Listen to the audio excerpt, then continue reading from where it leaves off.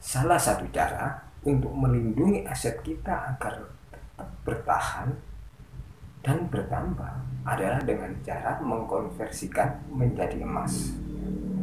Pabrik emas, toko emas, distributor, dan reseller emas adalah satu usaha yang bisa dijadikan solusi untuk tetap bisa mempertahankan aset-aset kita.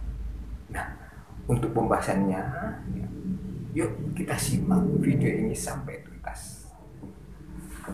Assalamualaikum warahmatullahi wabarakatuh. Ya, jumpa kembali dengan saya ya. Saat ini ya, saya akan sedikit review ya tentang emas ya. Keuntungan kita jika ya, menabung emas. Ya. Baik, ini untuk berlaku untuk semua ya. Ya, ini berlaku untuk semua. Baik Anda sebagai pembeli, ya, reseller, distributor, pabrik itu sendiri. Keuntungan-keuntungan yang akan didapat itu seperti apa sih? Keuntungan pertama, seorang pembeli. Ya. Jadi ini seorang pembeli ya, tanpa mengikuti reseller atau ya hanya membeli, ya, menyimpannya saja di rumah. Itu sudah untung. Untungnya apa? Ya. Ada banyak yang sudah bisa kita jadikan contoh ya. Misalnya kita hanya menabung emas, ya, karena harga emas itu juga meningkat terus ya. Jadi inilah yang kita maksud untung ya. Jadi seorang pembeli saja itu sudah untung karena kenaikan harga. Jadi ini yang sudah kita gembor-gemborkan ya, emas itu bisa melindungi harta kita ya, aset kita dan lain-lainnya. Keuntungan menjadi reseller emas ya, satu,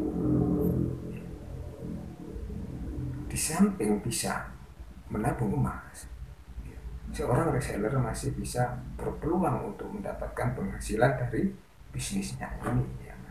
Seorang reseller bisa membeli dari distributor kemudian dilempar ke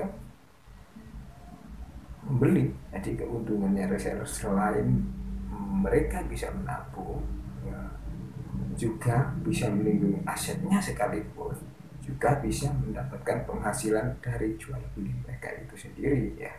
Jadi itu keuntungannya. Jadi sebenarnya itu tujuannya itu sama ya. Baik untuk seller, pembeli ya, distributor, perusahaan itu sendiri juga sama, ingin melindungi asetnya. Mereka mulai berbisnis emas. Tentu semuanya sudah paham kan adanya toko perhiasan emas itu ya. Semua toko perhiasan emas itu sebenarnya sama ya. Sama dengan kita distributor ataupun pembeli. Begitu juga dengan Anda yang hanya membeli perhiasan, itu kan sudah untung sebenarnya ya. Untuk jangka panjang ya, sekali lagi kalau kita bicara emas itu adalah untuk jangka panjang. Di samping mereka dapat penghasilan dari jual belinya, aset mereka tetap aman ya. Aset mereka tetap bisa berkembang mengikuti harga-harga emas dunia. Jadi semuanya itu yang bermain di emas ini ya, yang mencoba untuk berbisnis emas ini tentu akan mendapatkan keuntungan ya. Namun adalah jangka panjang ya. Ya, kita jangan beranggapan bahwa kita beli emas, kita menabung emas itu hanya untuk 1 bulan, 2 bulan, 6 bulan kita jual, itu salah ya. Itu adalah tindakan yang kurang tepat. Kecuali jika memang itu ada kebutuhan yang mendesak ya. Makanya prinsip menabung itu harus benar-benar clear ya. Misalnya sekarang gini ya, kita memiliki gaji ya, sekarang 4 juta ya. Coba kita sisihkan saja 200.000 misalnya ya. Itu sisa harus sudah lepas dari kebutuhan sekitar sehari-hari ya. 1 bulan kita sisihkan 500.000, kita belikan emas, sudah aman.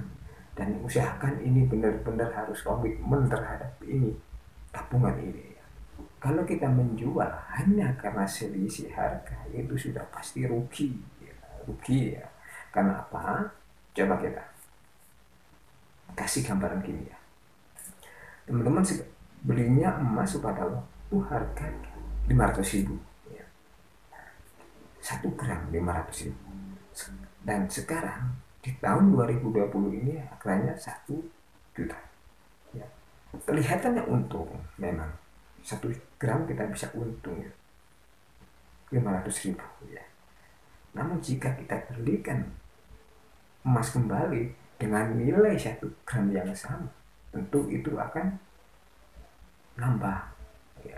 Jadi intinya kita akan rugi. Kenapa? Karena di situ ada harga baikan ya. Paham di sini kan ya. Jadi kalau kita nilai dari harga 500.000 ke 1 juta itu memang untung, namun untuk sekedar menjaga aset, artinya nilai rupiah kita itu bertambah. Namun kalau kita bicara soal untung, kita belikan emas lagi, tentu itu akan rugi ya. Gampangannya seperti itu ya, yang paling gampang dimengerti itu seperti itu ya. Jadi intinya gini ya teman-teman ya, apapun profesi Anda, apapun kegiatan Anda, apapun jenis usaha Anda ya, pastikan memiliki tabungan emas ya. Apapun tujuan Anda, untuk tabungan pendidikan anak, tabungan haji, tabungan di masa tua, untuk pernikahan, usahakan memiliki tabungan emas. Paling tidak memiliki kesadaran dulu ya. Banyak-banyaklah belajar tentang emas ya. Karena dari banyaknya belajar kita mengerti, itu kita akan cinta emas. Otomatis kalau kita sudah cinta emas ya, tentu akan terbuka pikiran kita untuk ingin menabung emas ya.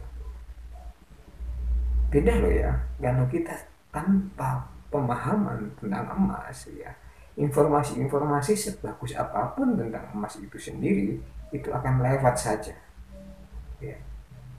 Beda.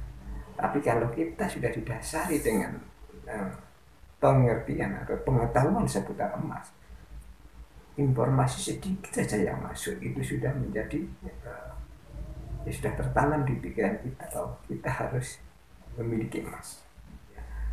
Artinya begini, kalaupun sekarang ya, kita belum bisa menabung emas, namun paling tidak kita sebagai orang tua ya, kita wajib memberikan pengertian kepada anak-anak kita tentang tabungan emas supaya mereka paham. Kita berikan dasar pengetahuan yang kalau anak-anak sudah mengerti ya, kita berikan dasaran seputar emas, tentu anak-anak juga akan mengerti nantinya ya. Mereka akan memiliki kesadaran akan pentingnya menabung emas ya. Sekali lagi,